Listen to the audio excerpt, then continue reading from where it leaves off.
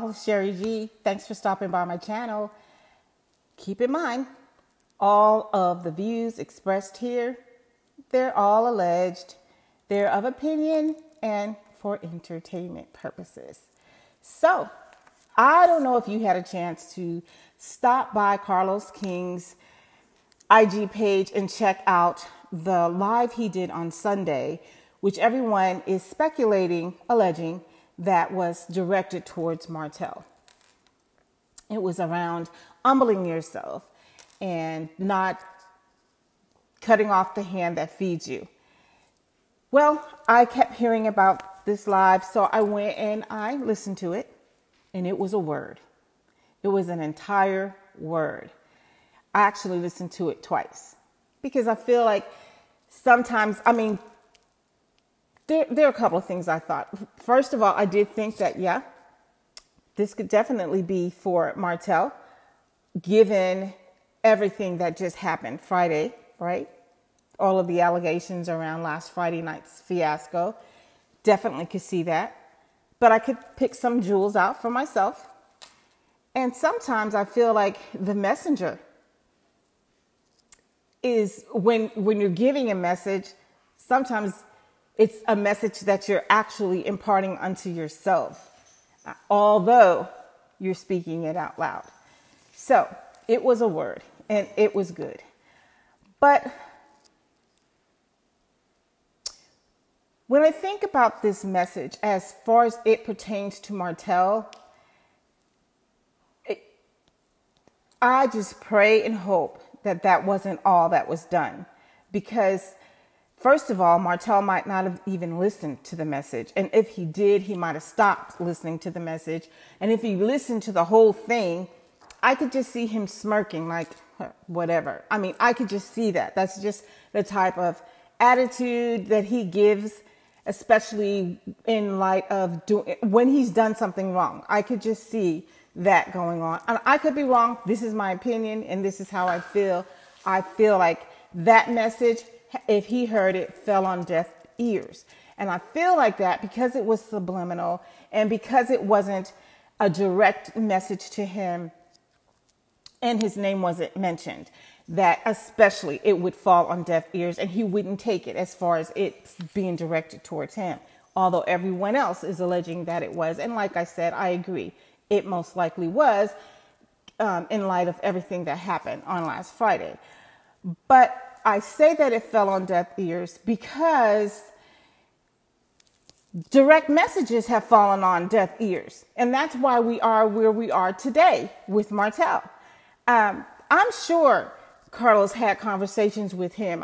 He told us that he actually had to fly to Huntsville and get together with everyone and have conversations with everyone.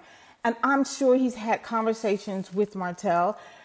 He said on the stage at the season 5 reunion that Martell calls him and they have conversations. I'm sure, or I would hope, that he had a much more stronger conversation with him along the way, especially at the season 5 reunion when he blew up allegedly behind stage and Carlos came on stage and said that he was concerned about him. I'm sure that was followed up with a very strong conversation. But the whole problem with all of these conversations, and the reason why we keep seeing this repetitive behavior from Martell, is because he does not regard authority at all. He's going to do what he wants to do because there is no consequence. He never has to face a consequence. But let's first of all talk about some of the things that have happened on this show and leading up to last Friday. So there was the Vegas blow up when he kind of lunged at Mel. Well, he did lunge at Mel. So it was that. Then there was a discussion with the comeback group, and I just made notes, so I'm going to read from here. But there was a discussion with the comeback group where he got very, very abrasive. So he didn't lunge at anybody, but he got very abrasive and loud. So it was that. And then there's when he went off at the Madonna event and he went lunging at whoever. I think it was one of the guys. I'm not really sure because there was so much going on in that episode. And this was when, Mel and Wanda got into it, and Wanda came up behind Mel. So he went lunging there, and Mel went chasing behind him to stop him. And it was just a whole big mess. But so that was another time.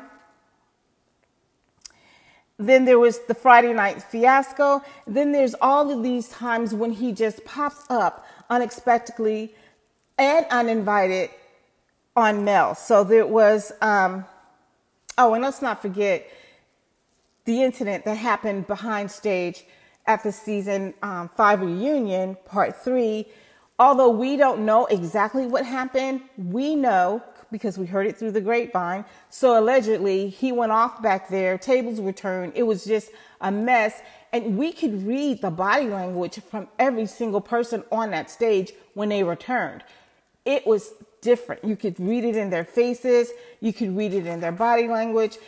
We see Marceau grabbing Tisha's hand and everyone looking at Martell like, okay, what is he going to do next? What is he going to say is what I was thinking. The guys were actually like, oh my God, I hope he doesn't just like go off and say a whole bunch of stuff. But that's my opinion and that's how I felt. But we know that was a pretty bad situation. And in my mind, I'm thinking, why is he continuing to film just because he's part of the core 6? Yet Wanda goes lunging after Mel and she's no longer allowed to film, allegedly. That doesn't make sense and it's not fair, in my opinion. They both should be sitting down. But anyway, let me continue. All the times when he showed up unannounced. So he shows up at Mel's white party, unannounced and uninvited. That was abrasive. He pops up at Mel's house and sent the kids inside the house so he could talk to her. That was abrasive. He showed up with the bottle of wine when he was supposed to be picking up a backpack or whatever. And he tried to get inside of Mel's house and she wouldn't let him in. And that was abrasive. He popped up on Mel when she was on a date and taking pictures of them. Crazy. That was abrasive. What else did he go? Well, he showed up at the girl's birthday party unannounced. And allegedly, this is a part of the new season, and it's abrasive. So we all understand that what happened Friday night, what happened between him and Ariane, and anything that happens between him and Ariane, it's their business. I mean, they're adults. And, until Ariane gets enough, I guess she'll just continue to deal with it. And we just hope and pray that she doesn't experience anything really, really bad, that she doesn't really get hurt by him or anything like that. But she's an adult, and until she has enough, she might not ever have enough. That's their business, what happens with them. But it does touch back to the show because he is a main cast member of the show. And now we have all of these spent stories of what actually happened on Friday night, which seems like a cover-up because everyone is thinking this just cannot be, and how is he continuing to be on the show? So, I don't know, Carlos. I don't know how you continue to let him do this, and hopefully Friday night was it, because we know that they were filming Friday night, so hopefully he's not filming anymore. But he continues to do these things because there aren't any consequences. Subliminal messages don't mean crap. Even having a stern discussion with him doesn't mean crap because here we are today. These things are still happening. I mean, he showed up at the girl's birthday party. That should have been the end. If season 5 wasn't the end, then what happened at the birthday party should have definitely been the end. But no, we moved from that to him showing up at a parade as the Grand Marshal. How in the world does that happen? I mean, this position should have been given to someone who is an upstanding person in that community. He doesn't even live in that community. He doesn't even live in Selma. And I'm sure the ancestors are just turning over in their graves, right? That's just like throwing mud in the face of all of us viewers. It's like you just gave him a reward for acting like a fool. So I don't know. This is just my opinion. I don't know what you guys think, but I really think that after Friday, he really should not be filming anymore. And then there are people, I was talking to some friends about it, and they're like, well, you know what? He won't have a job. Okay, but that's his problem. What is he going to do? What is he going to do when there is no more Love and Marriage Huntsville? What is he going to do? Okay, so the show is now syndicated, so he will be getting a check. It just won't be as large, but he'll still be getting a check as long as it's being ran or picked up on, somebody's show or somebody's station. As long as somebody picks it up and they run it, then but he needs to be getting a job anyway. I mean, what is he going to do when there is no more Love and Marriage Huntsville? It's not going to last forever.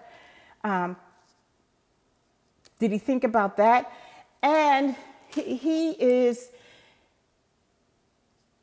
so unpredictable.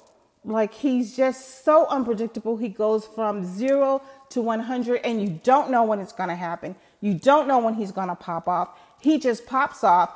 So that creates a hostile work environment.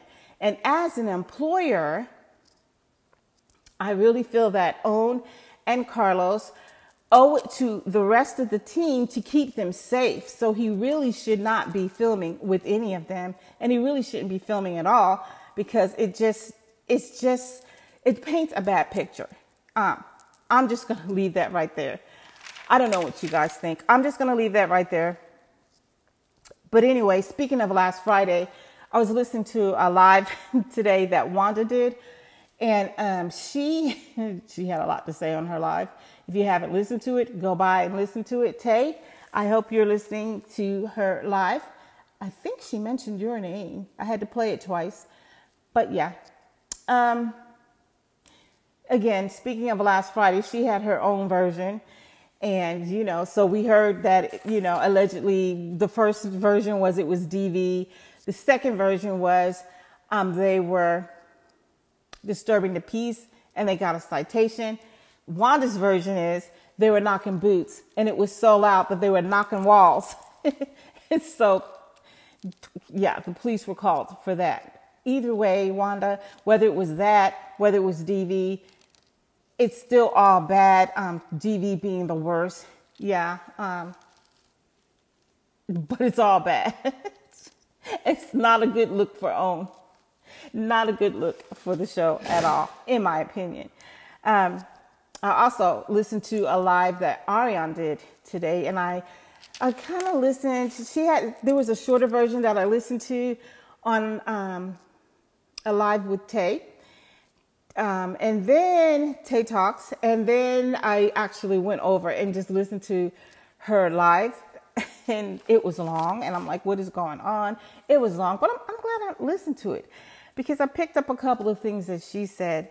One of the things that she said, Wanda was on the live, and so she said to Wanda, get your producers. They're pressing a whole fake relationship. Tell them to stay out of mine. What do you guys think she was talking about? In my opinion, she's talking about the relationship between Sheree and Martell. What do you guys think? And then she went on later down in her live. I don't understand why she was on live. She said she came on to address some blogger that was talking about her. She never got to that. And then she also briefly mentioned that she wanted to address Friday night. She never got to that either. So anyway, I don't know what she was doing.